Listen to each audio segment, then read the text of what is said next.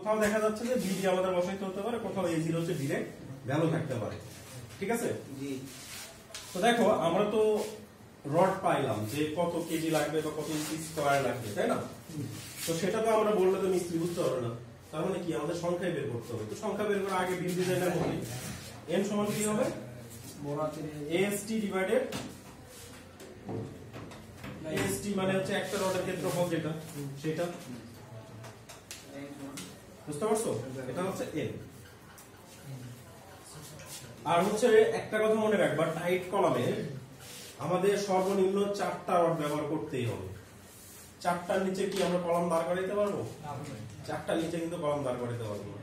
তার মানে আমাদের মিনিমাম 4টা হচ্ছে রড ব্যবহার করতে হবে এবং সেই রডের হচ্ছে ডায়া হইতে হবে 16 মিলিমিটার।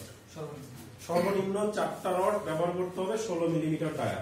তুমি 4টার বেশি ব্যবহার করতে পারো এবং 16 মিলিমিটার ডায়ার বেশিও ব্যবহার করতে পারো, সমস্যা নেই। তবে তোমাকে মিনিমাম 4টা ব্যবহার করতে হবে এবং সেটা কি সর্বনিম্ন 16 মিলিমিটার হইতে হবে।